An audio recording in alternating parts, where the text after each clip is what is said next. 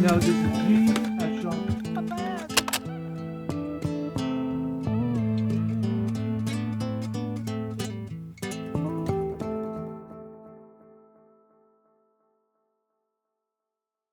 I was interested in working with George Martin again, so I just telephoned him and asked him if he wanted to do it, and he was interested.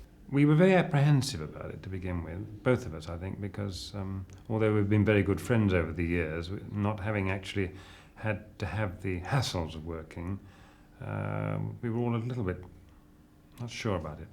But in fact, coming together again was really a great joy.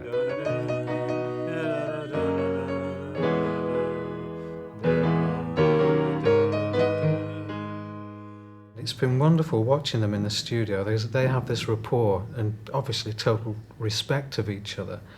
And it's lovely to hear them coming out with these little anecdotes about, oh, remember that track we did on Sgt. Pepper or the White Album? Remember when we did that, George? And George say, yeah.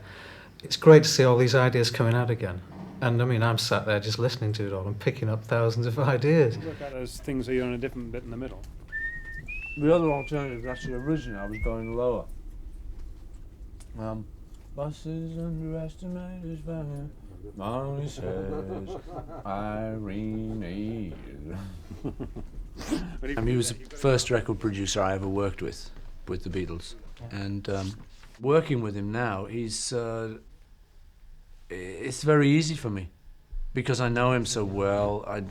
We've got so much in common. We know how we work.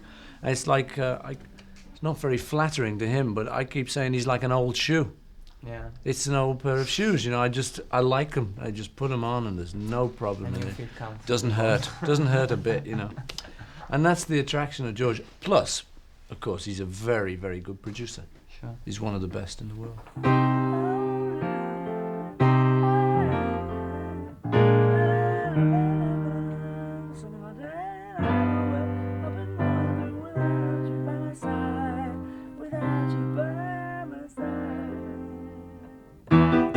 I know what it is. If you go to the G, that helps. He's just a pro. He just goes for what we're trying to get, and there's all this random stuff on the way, and he'll spot a good idea if it's there and stuff. I always found I've made records too. I don't mean producing records. I've been in front, and I always felt that I wanted to have a producer, because I don't think you can really see the wood for the trees if you're doing everything yourself. So I think as far as Paul's concerned, I think he does like production sometimes, but then like myself, he gets tired of doing the same thing over and over again, so he'd much rather do it another way. Because if you're stuck, you say to him, excuse me, what are we going to do? And he'll take the problem. He won't kind of just go, oh, he won't just, he knows that's his job. He say, how's about this? And work it out some way, which is great. But he was always like that. He has changed. I mean, if you're actually going to look at it and see him then and see him now, there's vast changes, but it's only in the technology. We started off with like 4-track, and now it's kind of 98-track, so all that's changed. But his approach is really about the same. His style's the same. His bedside manner, as I call it, is the same. So let's try that again. He's got a very good way with artists.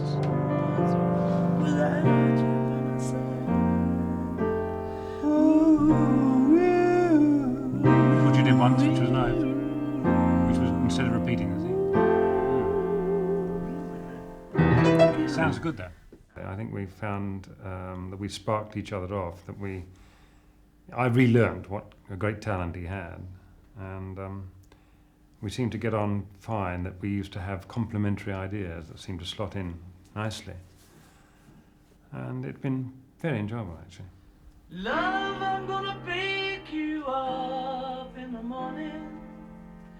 Love, I'm gonna take you out on a journey.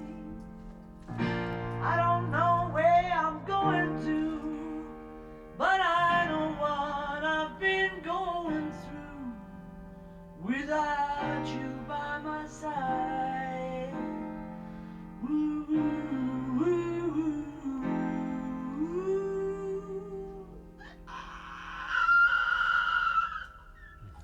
Well, I'd throw one away now. Right. Love, I'm gonna pick you up in the morning. That's Love, lovely. I'm gonna take you out on the journey. That's Right, I fantastic. don't know what I'm doing, but That's just bloody what I hell, wanted. I'm sure I'm going through. Keep I'm going, telling that's you, lovely. love, Without you by my side, without Fantastic. you by my side. Right, go. How was that, George? That was marvellous. All right, thank you. Keep undercover.